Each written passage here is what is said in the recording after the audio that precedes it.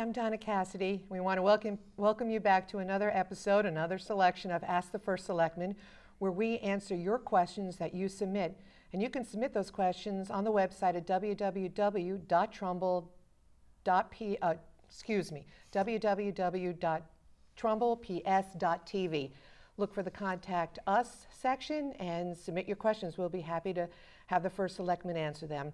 And we'd like to welcome our First Selectman here today. Welcome, Tim Herbst. Thanks for coming back. Thank you for having me, Donna. You're welcome. You're welcome. We have quite a few questions today, so we're going to get to our first question. And our first question is, where are we in the budget process now? And just give us an update on that, because we are sort of getting to the summer coming up, so maybe you can fill us in. The budget has been adopted by the Trumbull Town Council, which is the final step in the budget approval process. We are going to be adopting a mill rate next month.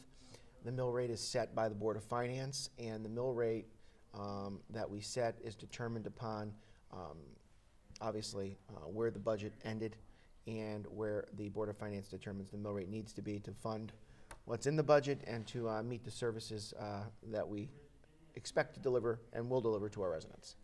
And what do you think the result of the budget's going to be?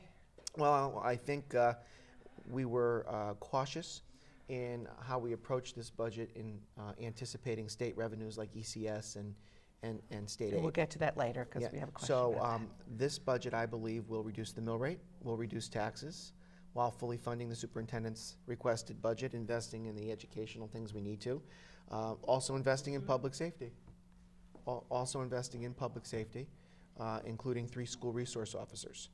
So we will have, starting July 1st into next school year, we will have a school resource officer at Trumbull High School. We will have 1 at each of our middle schools, very long overdue.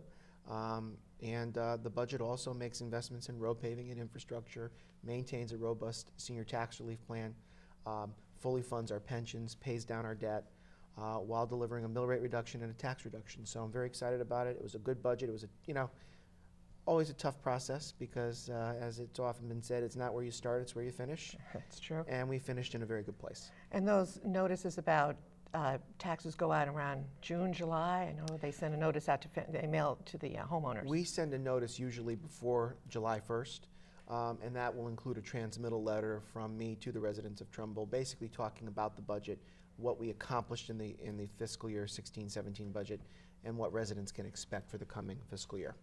Terrific. Thank you very much. We're going to go on to our next question. There's a lot of confusion in the community about the budget.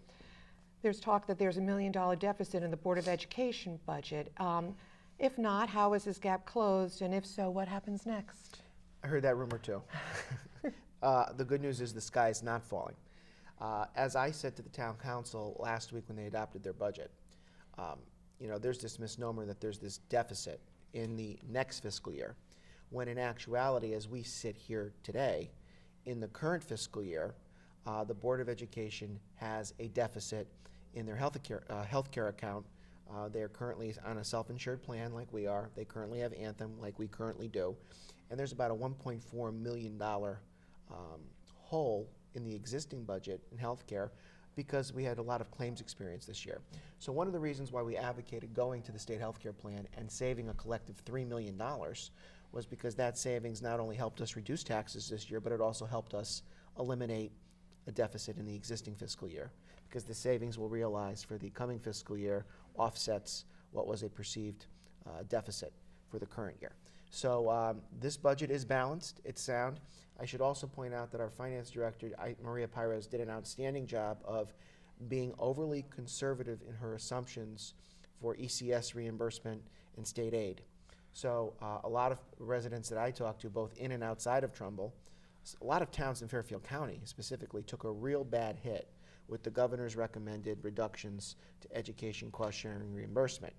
Fortunately, Maria was very conservative in her projections and anticipated reductions to ECS, which is going to make us, I think, very well suited to adjust to any type of reductions from the state of Connecticut. So kudos to her. If you can give just a really brief explanation of what ECS stands for. I think it's educational cost sharing. Yes. The public might not be aware of that. You're a little familiar with that. Exactly. The education cost sharing formula, commonly referred to as ECS, is a formula that is developed by the state of Connecticut that apportions certain educational funding and reimbursement from the state based upon a whole host of factors, including obviously a community's ability to afford, need, population. Right. We receive a decent amount of educational cost sharing reimbursement, but we were fortunate that the finance director, as I said, she was very, very conservative in her revenue projections, and a lot of other communities are really going to take it on the chin and be potentially looking at deficits, and that's not the case for us. And what number are we going to, from and to now with the ECS number? There's a lot of numbers out there. Okay. So obviously there's the governor's number. The legislature ultimately has to approve any deficit mitigation package that's being recommended, whether it be by the Republican minority, the Democratic majority in the House and Senate, or the governor. So there are a lot of numbers flying out there, but based upon the numbers that I'm seeing out there, we are in a really good place. Okay, well, that's a good thing to know. And we'll skip over that question when we get to it. That was a future question. My next question is in regard to the substance abuse forum. Does the town have any plans to address this issue going forward?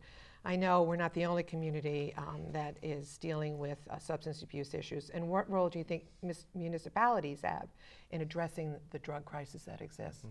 You know, Donna, I'm really glad that that question was asked, because earlier this week when we had the forum, you know, I reminded people that 20 years ago, 1996, there was a debate in this country whether it takes a village or whether it takes a family to raise a child. Right. And 20 years later, I can tell you when it comes to this problem, it takes a community. I agree. It takes a strong family. It takes a strong school system. It takes a strong police department. It takes strong civic organizations that are working towards this common goal, and it requires all of us to work together. Yes. It can't just be the school system tackling this issue. It can't just be the police on an enforcement basis tackling this issue. We all have to put skin in the game, and we have to recognize we have a problem here. Now, one of the things that came up, the question that's been raised is, well, why is heroin use so much higher in Connecticut than it is in other states? We have to remember something. You know, there's a lot of points of illegal distribution of this drug, and we are between New York and Boston. So we're right within. We're on the highway. We're right on the highway. We're right between the axis between those two very large urban centers. So going forward, here's what we need to do, and we're doing it. We funded 3 school resource officers. We were one of few communities in the state that did not have a school resource officer program. When Chief Lombardo took command of the Trumbull Police Department in January 2015, he came to me. He said, "We don't have a school resource officer program. I believe in it. We need one." After meeting with him, I said, "I'm all in. We're doing this." We funded it in the budget. That's critical. You want the officers in the schools working with teachers and administrators, school psychologists, specialists to determine where there might be problems, right. And we want to be preventative.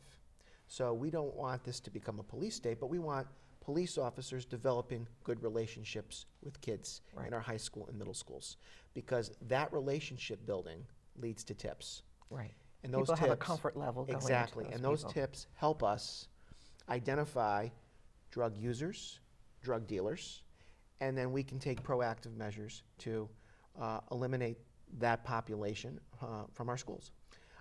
Also, Chief Lombardo made sure that our canine unit, that the dogs that we have are drug trained, which is critical. So, right. You know, one of the things I'll say on public access television for everybody that's watching, I've talked to the chief about this, I've talked to Dr. Chaffee about this, I want to start seeing the canine unit have a presence in the schools, because if these dogs find something, we're going to know about it.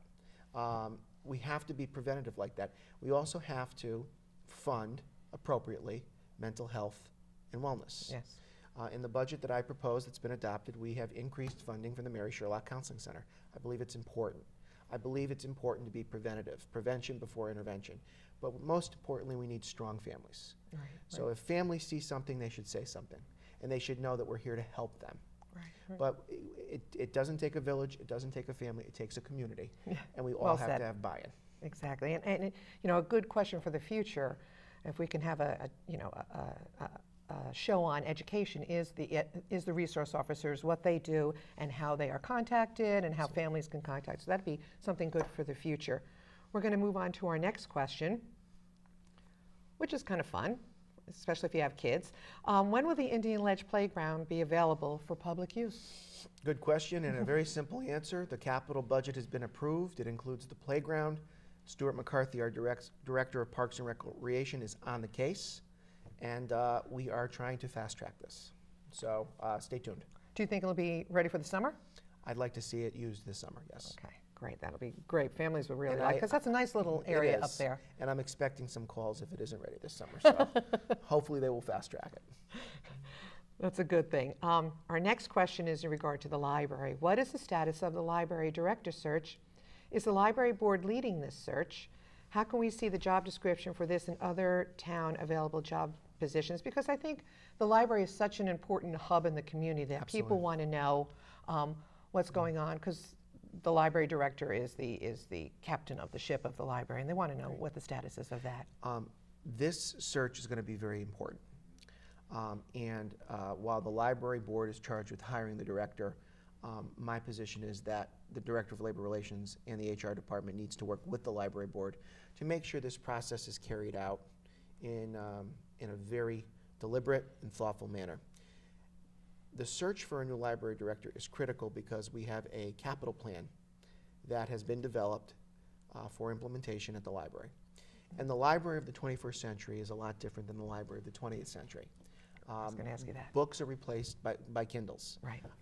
Libraries are now becoming active community centers. They are becoming places that are integrating technology more and more on a daily basis. So it is going to be critical that we get this right. We're hiring a new senior center director. A lot of our seniors use our library system. So one of the things that I want is greater collaboration and integration of programming between the senior center and our library. Those directors need to have a very strong synergy. So this is a process that is going to be conducted by the library board in conjunction with the Department of Labor Relations, and I would encourage anybody who is interested in applying. We have 36,000 people who live here, and we probably have among us somebody, more than one, who could be very well qualified to fill a whole host of positions. I would encourage them to go to the town website. We now have online applications, and I'm looking forward to hiring a new senior director and a new library director. Is the community going to have any input as to the library, the new library director, and what, some of her responsibilities may be? Because they may see things in regard to their usage of the library that they would like to see integrated and might be important in the library. That's a very good question, Donna. I would encourage any resident that has suggestions, criticisms, ideas, they can email me directly. They can contact the library board. They can contact Jim Hazelkamp, our labor relations director, via email. We are here to hear the community. And if there are things that the community feels we should integrate into the job description and focus on during the interview process, I welcome those suggestions. And I think what the public would also like is transparency in regard to the search for the new director. Because transparency, when people don't know, that's when too much misinformation goes around. Is the job? You said that people in town can apply for the job. Is the job description on the town website if they're applying? Is that job description included in the All job descriptions are usually posted on the website when a position is open, because we want people to know what they're walking into. Right, right. We want people to understand that we have clearly delineated standards that have been established by civil service with respect to hiring.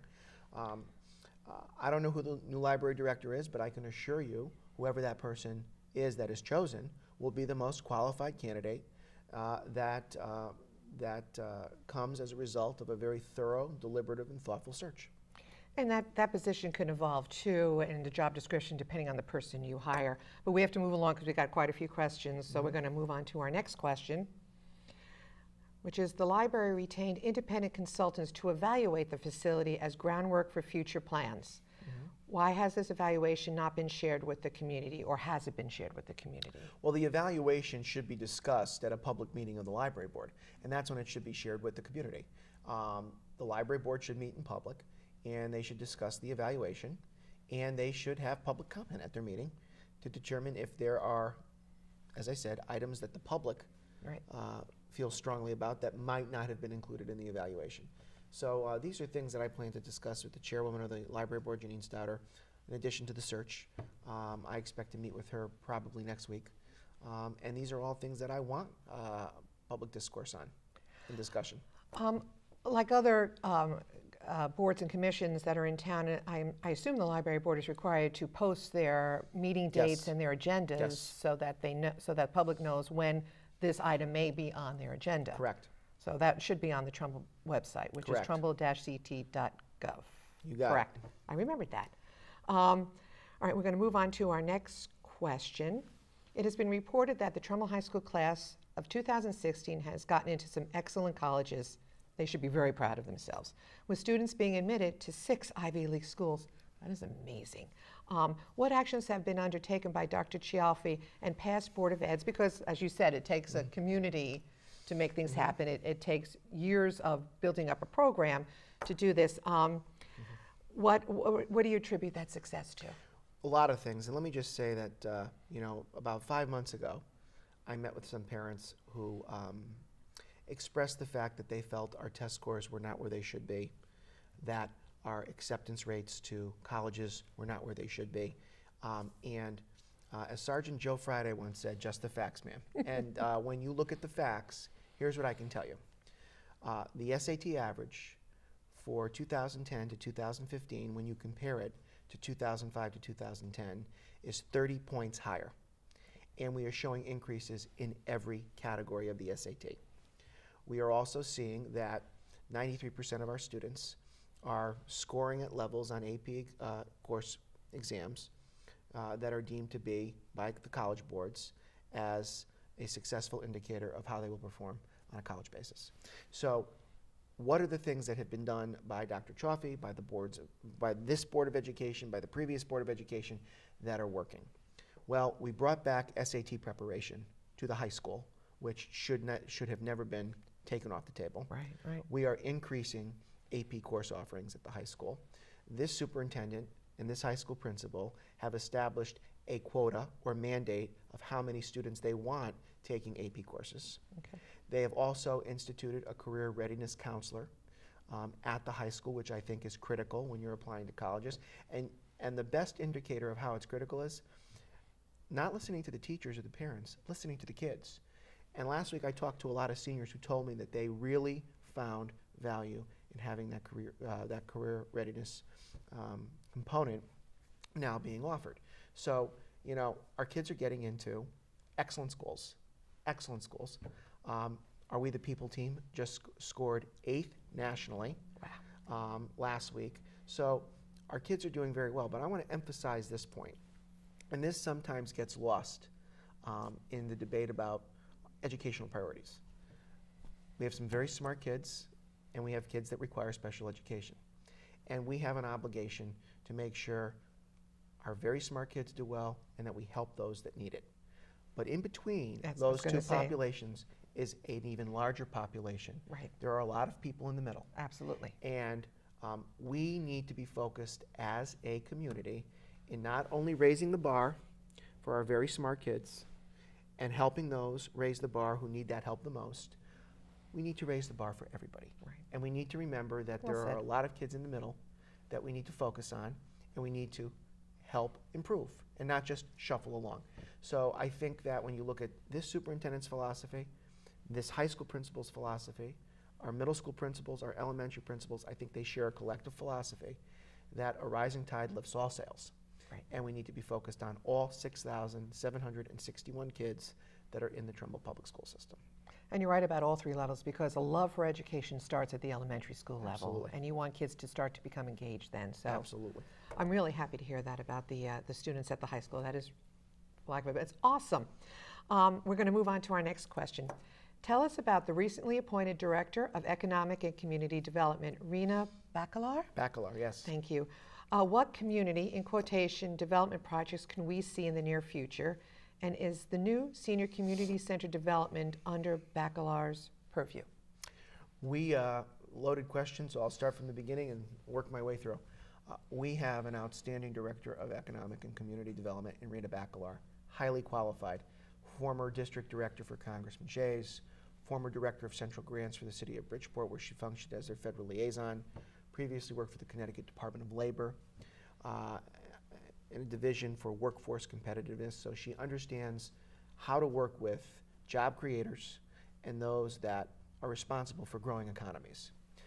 She also has a very extensive experience in grant writing, in grant development, on economic development projects, which is going to be critical because we want to tap money outside of Trumbull that doesn't cause us to raise people's taxes to help us grow our economy. Rena will be very actively involved in the Senior Community Center discussions, and she's also going to be very engaged in helping the town implement the recommendations of the 2012 Plan of Conservation and Development.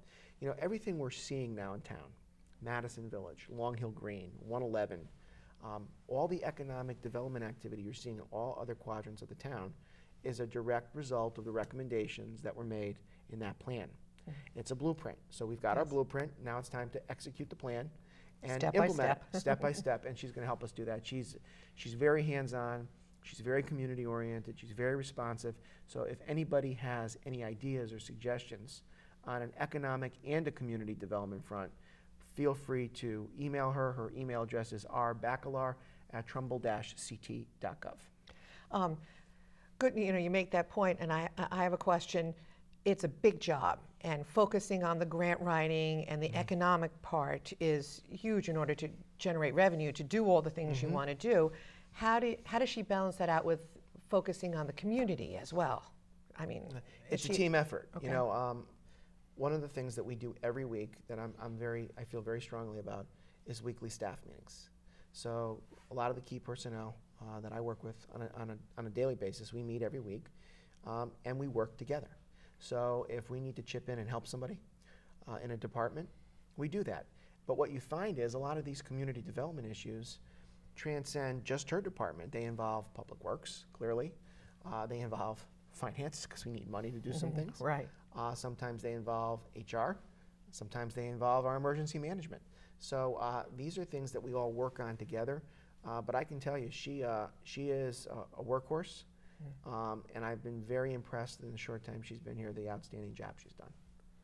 And again, people can go on the town website and contact her. Absolutely. So that's important. Or come visit us at Town Hall. We like visitors. And we all know where that is. Absolutely. We're going to move on to, thanks, Tim. We're going to move on to our next question. If the additional sales tax state revenue to Trumbull is decreased, what will be the budget impact and what is the next step? And can you explain what additional sales tax, just briefly explain what that is first before we get into the conversation? A few years ago, the state developed legislation that allowed for the additional sales tax revenue to be shared with municipalities. What is additional? I don't know what So additional. in other words, when they increased the sales tax, Right. as I understand it, legislatively, they created provisions that allowed for some of that additional revenue to be shared with municipalities as part of the state aid we receive. So as part of the mitigation, the deficit mitigation plans, I should say plural, because there's several, that have been recommended. One of those recommendations is to take that municipal aid from the shared sales tax away from municipalities. But as I said from the onset of my comments, when people ask me what's the budgetary impact to Trumbull, I can tell you that, not to sound like a broken record, but the finance director is extremely conservative with revenue projections. You cannot be overly optimistic about revenue you expect to receive, not in this state, and not with this budget. So, you know, we rely a lot upon our numbers. Our expenses, keeping expenses down is critical. This budget not only delivered a mill rate reduction, a tax cut, fully funded Dr. Chaffee's request, but it also reduced the number of town-side employees again. We are now at a 10-year low for town employees. And that's important because it reduces not only salary expenses, healthcare expenses. Well, those are your FICA, biggest items in your budget are salary and benefits. So I am confident that her projections have been overly conservative, and I expect very little, if any, impact on our budget. Is there a number on that additional sales tax? Like, how much do we usually get back from that? I don't expect you to know that. You're not the finance I'll tell director. you know what I'll do? I will check that number as soon as I get back to Town Hall, and we can discuss it during our next Okay, episode. that sounds like, I love it. We have another question for our next show. We're going to move into our next question. The Senior Center needs a new director. What when is it expected to have a new hire in place? My apologies. Are you budgeting for a new director's salary, a higher director's salary than has been paid in the past? What I can tell you is that applications have closed, and we are now working through the interview process. I can tell you that we budgeted what was previously budgeted, but that being said, we have to get this hire right. We absolutely have to hire the best possible person, because if we're going to build a new center, this director is basically going to build the center from the ground up. This director is going to be involved in recruiting additional members, growing the population that uses the center, diversifying the programming that we offer to our residents, integrating not only passive but active recreational activities, a wellness program for our seniors. So I want to make sure we get the best possible person for this position, because it affects so many people. 9,000 of our residents by 2019 over the age of 65. 13,300 by 2019 over the age of 55. That's a very big population.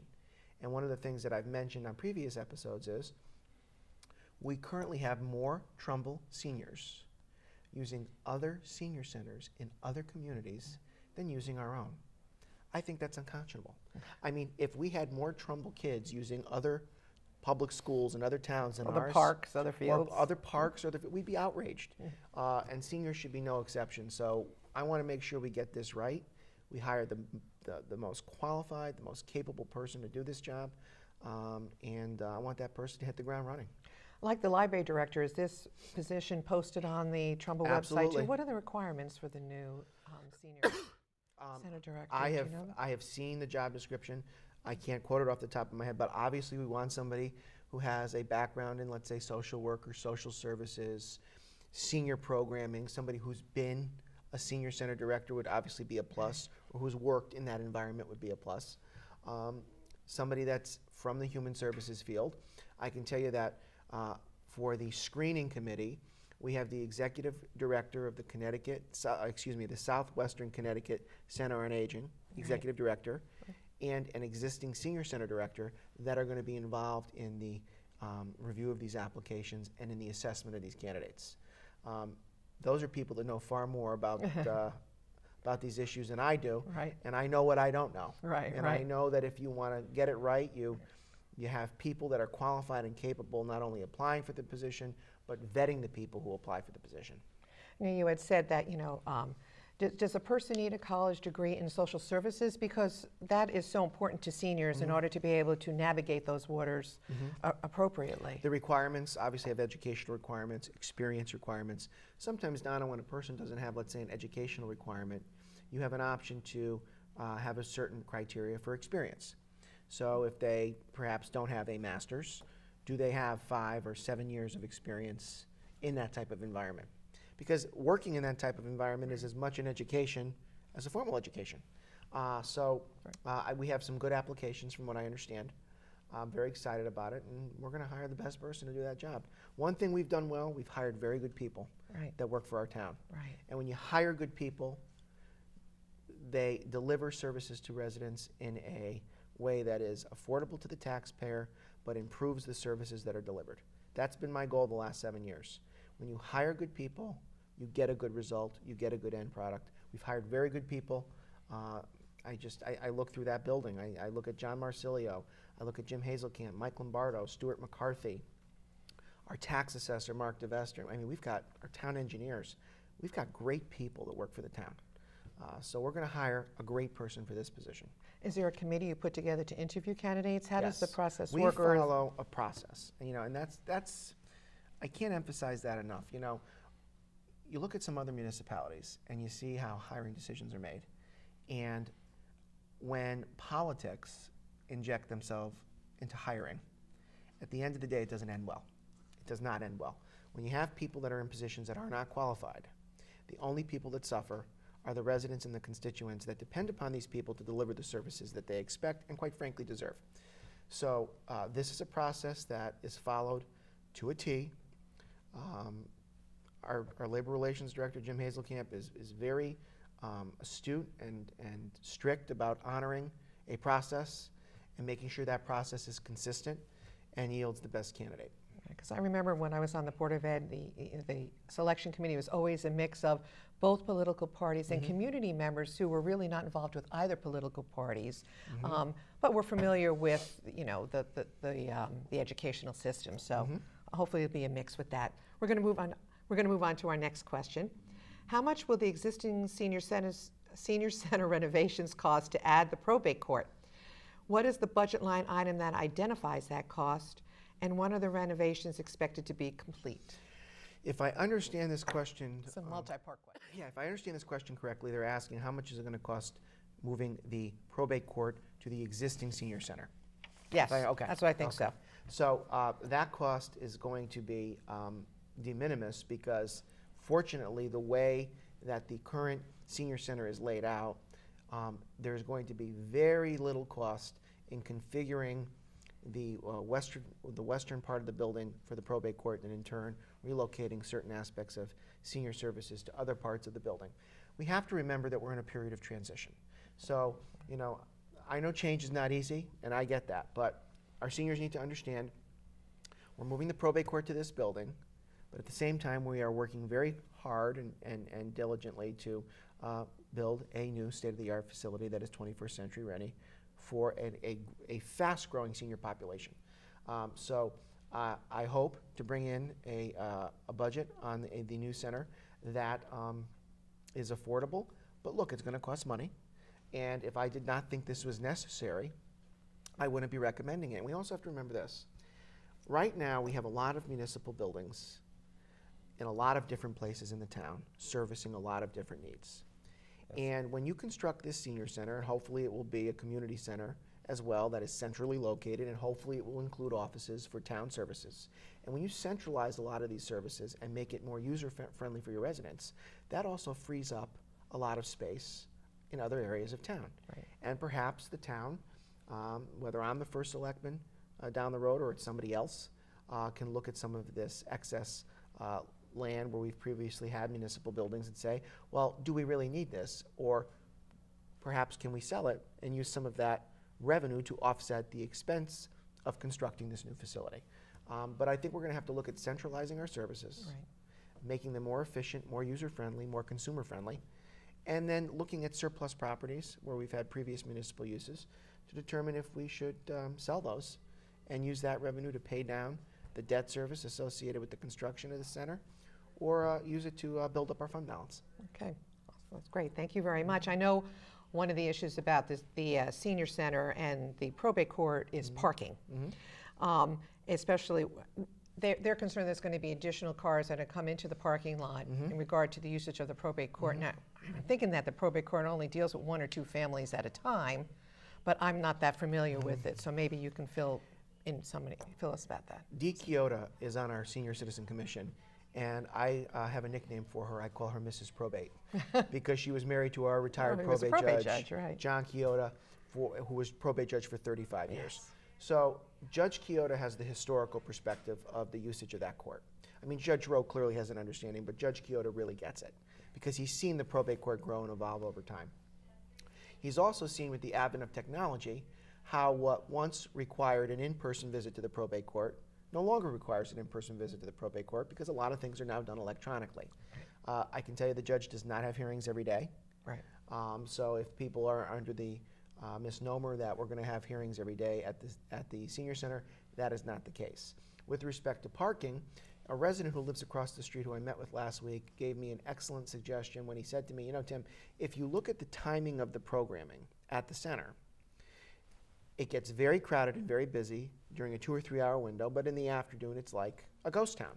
So maybe what we have to look at is when we are scheduling events at the center, perhaps we have to look at spreading some of those events out over the week at different times of the day. And also, when the senior center is perhaps a ghost town and people aren't there in the afternoon, maybe that's when the judge schedules hearings. But clearly, we've looked at it, we've determined that we can no longer have the probate court in town hall. There is a serious space issue. There are security issues we have to address. Right. And Judge Rowe is going to have a great probate court when this process is over, and our seniors are going to be pleasantly surprised by the lack of disruption Right. to current services being offered. And I think we had this conversation before that we grew up in families where you had one car and dad drove the car, and then nobody else, maybe two cars, but now everybody has a car. So Yes. if you have 5 family members, people might drive 5 cars, so that interferes. So I think that's a concern with everybody. We're going to move on to our next question. A high-performing school district has a significant positive impact on home values and a town's desirability. How will a new senior center impact home values? See, I look at that question, and you really can't read a person's inflection when you see a written question like that. But one of the things that I've said to people is, the last thing we need in this town is to pit parents with school-age children True. against seniors. Right. Because the strength of our property values, the strength of our desirability as a community of choice, in my opinion, is when we invest and we commit ourselves to providing for all of our citizens. A school system is very important. We also have declining enrollment.